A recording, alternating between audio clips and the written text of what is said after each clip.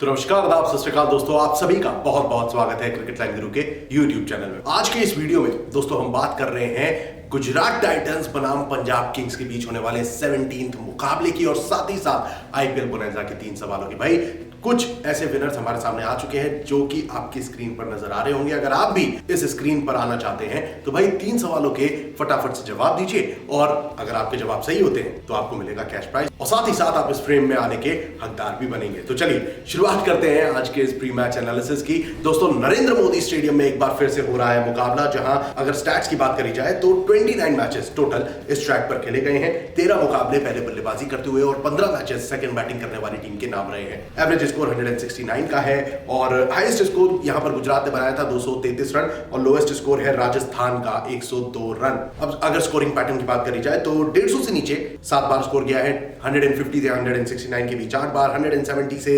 189 के बीच 8 बार और अब 190 6 बार स्कोर जा चुका है। अब अगर यहां पर बॉलर्स के प्रदर्शन की बात करी जाए तो दोस्तों 2 मैचेस इस सीजन के यहां पर हुए हैं और टोटल 25 विकेट चटकाए गए थे। 19 विकेट पेसर्स ने और 6 विकेट स्पिनर्स के झोले में गिरे थे। अब यहां पर जो दोनों टीम्स हैं उनके जो पेसर्स हैं वो एक बार फिर भाई सभी की नजरों पर रहने वाले हैं। दोस्तों स्टैट्स के मुताबिक देखा जाए तो सेकंड बैटिंग करते हुए जीतना यहां पर फायदेमंद साबित हो सकता है। हालांकि गुजरात ने यहां पर पहले बल्लेबाजी करते हुए और सेकंड बैटिंग करते हुए दोनों वक्त मुकाबले जीते हैं, यानी कि गुजरात का यहां पर अपर हैंड है। और जिस तरीके का प्रदर्शन पंजाब की ओर से हमें देखने को मिला है, बेंगलोर में हारी है जाकर अगेंस्ट आरसीबी और लखनऊ के खिलाफ भी हार ही मिली थी। तो यहां पर देखना होगा दिलचस्प कि क्या गुजरात में जाकर टीम गुजरात को हरा सकती है या नहीं। ये एक बहुत बड़ा सवाल है जिसे हम कवर करेंगे वीडियो के आखिर में, यानी कि सारे स्टैट्स को मद्देनजर रखते हुए देखेंगे कि आखिर हमारा जो ये मुकाबला है वो किस ओर जाता नजर आ रहा है। फिलहाल के लिए जब बात हुई है वेन्यू की तो दोस्तों पहला आईपीएल बोनैंजा का सवाल, भाई गुजरात के इस मैदान में अहमदाबाद के नरेंद्र मोदी स्टेडियम में सबसे ज्यादा विकेट कौन सा गेंदबाज लेगा with the best economy. Economy matter तब करेगी जब 2 खिलाड़ियों के एक ही विकेट होंगे, यानी कि 2 बॉलर्स 2-2 विकेट ले लेते हैं। अब उस मायने में देखा जाएगा कि किसकी इकोनॉमी बेस्ट है और उसी खिलाड़ी का नाम विनर की लिस्ट में आएगा। खैर ये तो होता है हमारा पहला सवाल। आगे बढ़ते हैं और बात करते हैं हेड टू हेड कंपैरिजन की। दोस्तों अभी तक 3 मुकाबले दोनों टीम्स के बीच हुए हैं। 2 मैचेस गुजरात ने और 1 मुकाबला पंजाब ने जीता था। अब यहां आईपीएल के अभी तक के सफर में भी पंजाब से अपर हैंड पर रही है गुजरात टाइटंस। अगर बात होती है जीटी की तो दोस्तों की प्लेयर्स की लिस्ट अभी भी हमें वही सेम दिखाई देती है और प्रोबेबल प्लेइंग 11 में भी शायद ही कोई हमें चेंज नजर आए। अगर आप लाइनअप पे नजर डालें तो रिद्धिमान साहा, शुभमन गिल, अजमतुल्लाह उमरज़ाई, डेविड मिलर, विजय शंकर। भाई विजय शंकर ने डिसेंट प्रदर्शन किया है, हालांकि छोटी छोटी कैमियो पारी खेली है, बट उसी की बदौलत भाई पिछला मैच गुजरात जीती थी। अब यहां पे राहुल तेवतिया, राशिद खान भी टीम के बैटिंग लाइनअप को और स्ट्रॉन्ग और डेप्थ प्रोवाइड करते हैं। की प्लेयर्स की लिस्ट में देखा जाए तो शुभमन गिल ने 3 मैचेस में 75 रन बनाए हैं at a strike rate of 136। Sai Sudarshan की अगर हम बात करें तो 3 मैचेस में 127 रन है। भाई धमाकेदार प्रदर्शन कर रहे हैं और आपकी फैंटेसी टीम का भी ये हिस्सा बन सकते हैं। इन्होंने 10 चौके और 2 छक्के अभी तक जड़े हैं इन 3 मैचेस। यहां पर दोस्तों मिडिल ऑर्डर को संभाल रहे हैं डेविड मिलर। मिलर की बल्लेबाजी अगर आप देखें तो 3 मैचेस में 77 रन है at a strike rate of 142।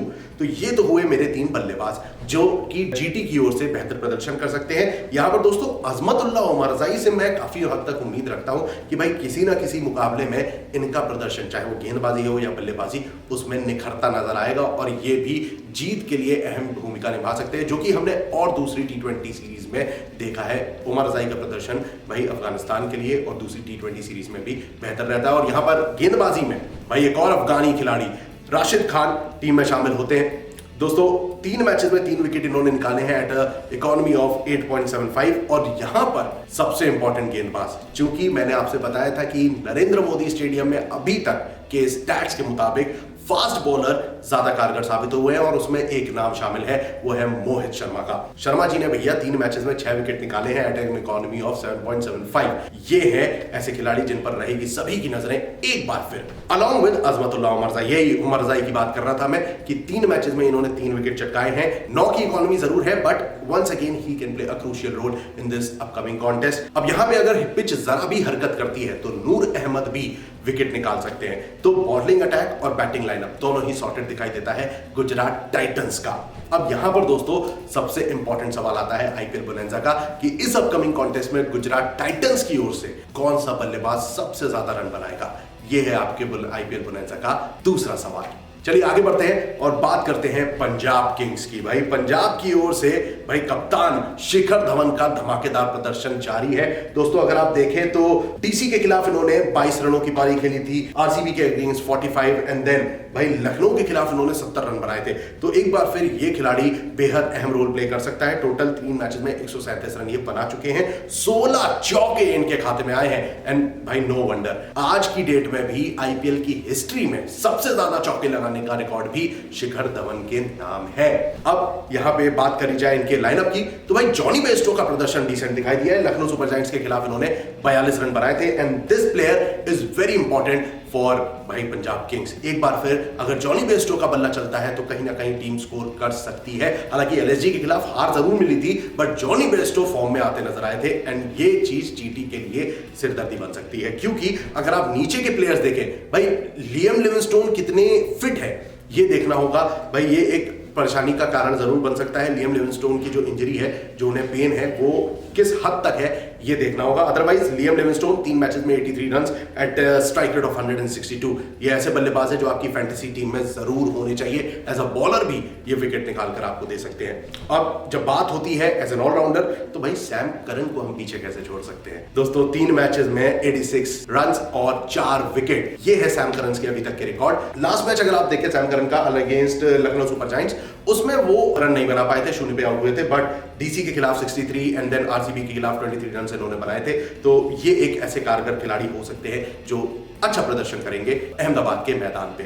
अब जब बात मैंने एक बार फिर बोला कि भाई अभी तक अहमदाबाद की पिच पर फास्ट बॉलर्स ने अच्छा प्रदर्शन किया है। एक बार फिर आप स्टैट्स पे नजर डालें तो 25 में से 19 विकेट निकाले हैं। अब यहां पर दोस्तों मुझे लगता है कि पंजाब का जो बॉलिंग अटैक है इस ट्रैक को देखते और स्टैट्स को देखते हुए ज्यादा स्ट्रॉन्ग है। क्यों? क्योंकि भैया टीम के पास कगिसो रबाडा है, इन्होंने 3 मैचेस में 4 विकेट लिए हैं, और अर्शदीप सिंह, दोनों ही गेंदबाज जीटी की ईंट से ईंट बचा सकते हैं। 4 विकेट दोनों के खाते में आ चुके हैं। तो स्टैट्स मैंने आपके साथ जिन खिलाड़ियों के साझा किए हैं वो सभी खिलाड़ी आपकी फैंटेसी टीम में शामिल होने के बड़े मजबूत हकदार हैं। अब आता है आईपीएल बोनैंजा का तीसरा सवाल। दोस्तों बात हो गई बॉलर्स की, बात हुई जीटी के बल्लेबाजों की, अब यहां पर बात आती है पंजाब की। दोस्तों पंजाब के बॉलिंग अटैक की जब मैं इतनी बात कर ही रहा हूं तो कौन है वो ऐसा गेंदबाज जो सबसे ज्यादा विकेट लेगा? ये है आपके आईपीएल बोनैंजा का तीसरा सवाल। अब आते हैं फाइनल कंक्लूजन की ओर। भाई सेकंड बैटिंग करने वाली टीम का यहां पर बोलबाला रहता है, तो हम उम्मीद जरूर करेंगे कि सेकंड बैटिंग करते हुए टीम जीत दर्ज करे।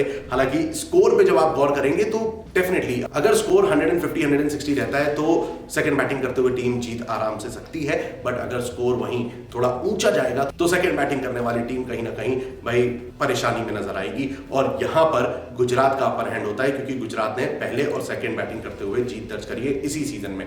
तो ओवरऑल अगर आप देखें तो पलड़ा तो दोनों टीम का बराबर नजर आता है, चाहे बल्लेबाजी हो या गेंदबाजी। क्या कहते हो राहुल, कौन जीतेगा? गुजरात। राहुल ने तो बोल दिया भाई गुजरात जीत सकती है। गुजरात का अपर हैंड है भी, अहमदाबाद के मैदान पे गुजरात का अपर हैंड है। भाई लोग अब मेरे इन सभी स्टैट्स की एनालिसिस के बाद और आपकी क्रिकेटिंग नॉलेज का इस्तेमाल करते हुए उम्मीद करता हूं आप एक बेहतर प्रेडिक्शन की ओर बढ़ सकेंगे। फिलहाल के लिए इस वीडियो पर लगाम लगाते हैं, लेकिन क्रिकेट का सिलसिला सीएलजी पे हमेशा चलता रहेगा। तरह तरह के फास्टेस्ट अपडेट्स हम आप तक प्रोवाइड करते रहेंगे, तो उसके लिए सीएलजी को फटाफट से सब्सक्राइब करें and don't forget to press the bell icon, क्योंकि वहीं से आप सारी वीडियोस की नोटिफिकेशन पाएंगे।